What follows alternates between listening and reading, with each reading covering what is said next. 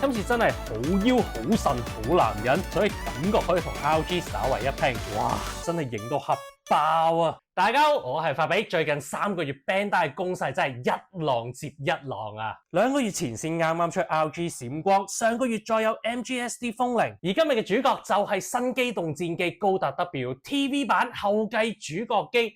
RG Wing Gundam Zero。影片分為上下部分，上半 part 我哋會一齊開箱組裝把會評測一下，下半 part 就會試試佢嘅變形機構，仲會攞隻 HG 出嚟做個簡單對比，最後當然係最重要嘅總結評分，千祈唔好錯過。整首 RG 之前，請大家 comment like share 呢個頻道，仲有分享玩具、模型、旅遊相關資訊，記得免費撳下方鐘仔 subscribe， 論盡開箱 ，Let's go！RG 飛翼高達零式，日元定價4621年稅，法比以超能力300蚊入手，大概6.5算啦。相比 RG 閃光同 MGSD 風鈴，竟然個兌換率係再抵啲嘅喎，唔通因為 Bandai 越嚟越有良心，定還是其中必然有詐？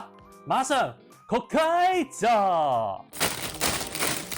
模型板件一共12塊，包括一大一細版多式成型，3版白色外裝甲，1版淺灰做跳色，燒鐵式骨架3大版，2版黑色，最後係一細版綠色激光劍，另外附有一張標準 size 嘅標誌膠貼。今次掃組我盡量以神手直接2段子處理水口，需要時再用筆刀細修。唯獨藍色零件因為覺得係重點項目，所以有用砂紙特別處理，務求做到一次到位。嚟緊就算進行任何加工都唔再需要翻轉頭煩惱水口問題。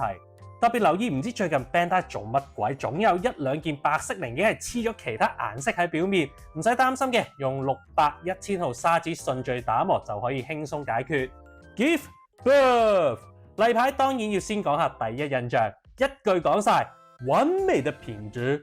其實一開始砌嘅時候，我係由個身開始，然後再做雙手，當刻有感覺，咦，好似孱咗啲喎。之後下半身個比例就唔錯嘅，咁幾時令我真正覺得完美呢？就係裝咗背包嗰對翼，大細長度襯托本體嘅比例恰到好處，最後畫龍點睛就係裝埋個頭，然後稍為拉高少少兩邊膊頭，哇！真係型到核爆啊！分件方面 ，RG 嘅分件絕對唔需要我哋擔心。例如係手前臂嘅藍色部分，見到好細緻，由1、2、3、4、5件零件組合而成，當中仲特登做咗裂夾效果，露出底層嘅機體內構，令到層次更加複雜鮮明。唯一需要之後處理就係無可避免正面都見到有明顯嘅分母線。至於分色呢，白色裝甲有維持翻 RG 一貫嘅標準，用少量淺灰色做跳色，增加眼球情報量。我最唔滿意或者叫覺得可惜嘅就係藍色裝甲，尤其係正中間胸甲嘅部分。佢的確做咗好多細節嘅，例如左右兩邊各有排氣口細節可以拉落嚟，中間就有艙門可以打開。不過問題就係成劈望落都係膠藍色，真係略顯單調沉悶。可動部分 RG 嘅細節當然唔會令我哋失望啦，手上下臂能夠完全屈曲緊貼，膝頭哥關節有連動結構，其餘類似已經變成基本嘅就唔再多講啦。我哋着眼一啲設計上嘅小巧思，身體頭部兩邊白色裝甲可以打開，入面各收埋咗一支火神炮，用鑷子幫手反轉過嚟，仲可以閂蓋維持翻真實整體性。肩膊白藍紅裝甲分別都能夠揭開，白色裝甲入面附有激光劍劍柄，紅藍色裝甲之間就有多一個噴射器。輪到背包，核心連接本體用咗一個完全鎖死嘅卡榫結構，話家沙都打唔甩㗎啦。另外中間嘅連接支架個插位就做咗一個好靚仔嘅細節幫手隱藏。雙翼兩邊可以各自打開，然後每邊都設有多重關節，方便我哋隨心所欲改變角度。接地性係我好着重嘅部分，尤其針對有重型背包嘅機體。RG Wing Zero 呢方面就做得非常夠極出色，尤其要讚下腰部嘅設計，今次真係好腰好腎好男人，就算將腰部向前屈，依然夠力支撐住成個背包，唔會向後昂。把玩手感方面，關節鬆緊度適中，扭動嘅時候好順暢，每件零件亦都環環相扣，冇晒以前嗰啲一路玩一路甩裙甲嘅問題。手型部分數量唔多，只有一隻左手攤開，一對握拳同埋一對最特別嘅持槍手型。留意持槍手呢一個位咧，係特別會多咗一粒的，用嚟強化持久力，令到手腕唔會鬆軟，影響擺 pose， 所以千祈唔好剪走。武器方面，盾牌前方可以拉長，叫做多一個細節位玩，但係實質作用唔大。激光劍有兩把，劍柄咧就用收埋喺肩胛入面嘅，雙翼頂部嗰個咧係造型嚟嘅啫，大細同卡榫位都唔適合。最後當然要介紹呢兩把 Wing Zero 嘅標誌，雙重破壞步槍，左右手各握一把，然後旋轉向住全方位射擊，就係機戰入面超好用嘅地圖炮。亦都可以選擇將兩把槍合體，其中一個握把收起，就係單手嘅射擊姿勢。當然我最建議都係連埋支架，將雙重破壞步槍拉長延伸，並且由雙手緊握住，擺出最終射擊嘅一幕。Wing Zero 除咗機械人形之外，另一個特點就係可以變形成戰鬥機嘅新飛鳥形態，所以要知道佢係咪真完美，就點都要變一次睇睇。開工之前，希望睇到呢度嘅觀眾朋友撳 like、留言、share 支持。3、2、1，繼續去片。我哋跟住說明書計時試變一次。首先將頭部擰轉，左右兩邊裙甲拉開，後面裙甲揭起。然後整個下半身反到正面，將後裙甲移翻正，跟住調整左右裙甲嘅角度，肩膊裝甲就向上托起，拉出嚟，再屈向下。腳部咧就要將膝頭哥同埋小腿後方揭起，大腿屈向後嘅期間，哇！原來呢個膝頭哥位咧係可以再拆開一半分離嘅。跟住就將黑色呢一個位升到最高，然後調整翻大腿嘅角度，腳腕180度向後轉，竟然仲能夠屈上去，小腿收埋。最麻煩嘅地方就係調整雙翼，大家到時睇說明書慢慢搞啦，呢度就快速帶過。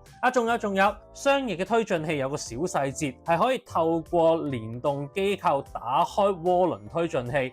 去到最後先調整盾牌後方嘅連接榫位，然後記得將前端嘅定風翼張開，左右兩邊裝上步槍，再裝上本體，咁就大功告成啦。用咗差唔多15分鐘試變第一次，成個過程唔需要用到任何額外零件，只係靠本身嘅連動結構已經可以實現完全變形。最可怕嘅係，無論機械人定還是戰機形態，竟然都能夠維持一樣高嘅質素。雖然話好少會展示戰機啦，但今次呢個變形係少有地，我覺得就算重複做多一次咁多啦，都唔覺得辛苦嘅。最後我哋攞埋 XG Wing Zero 數組出嚟做個簡單比較。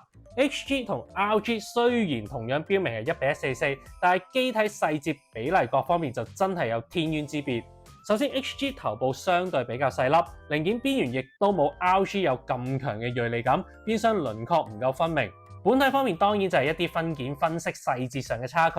HG 雖然零件比較少，但細節平心而論係足夠嘅，只不過需要我哋做更加多加工去令呢個優勢凸顯翻出嚟。特別提大家見到小腿中間呢一個位，本身其實係一個左右合拼嘅設計，中間有一條好大嘅縫隙。而家只不過我做咗無縫，所以感覺可以同 RG 稍為一拼。兩者比例同設計上嘅最大分野，我覺得就喺背包雙翼嗰度。先講比例 ，HG 雙翼嘅大細明顯短咗細咗一大截。要知道1寸長1寸強啊嘛，對翼細咁多，望落咪好似縮咗水咁，威勢明顯慘被比下去。另外細節位 HG 最令我煩惱嘅一點，其實就係呢幾個軟膠嘅連接位外露咗出嚟，真係好核突啊！有諗過喺上面加膠板重新雕刻細節，但係而家唔使啦，因為 RG 就將可動關節收翻入去裡面，變成內部結構，成件事就自然好睇得多。雖然話外表兩者就肯定係冇得比㗎啦，但係我哋都要考慮埋價錢同埋組裝需求嘅部分。HG 最新現貨價啱啱新鮮滾熱辣更新係70蚊，對於新手嚟講係好容易入口嘅。而 RG Wing Zero 本身個定價都去到4600 yen， 就算之後跌價，我諗頂多維持喺230至250左右。相比之下價錢貴咗成3倍有多，係會令新手腦海出現一把聲，不如試個平啲嘅先啦。另外就係數組嘅問題，純數組 HG 係非常之簡單，可能1-2個鐘就輕鬆搞掂，你就會有一隻60分嘅作品。而 RG 就算只係剪件組裝，其實都用咗我8粒鐘。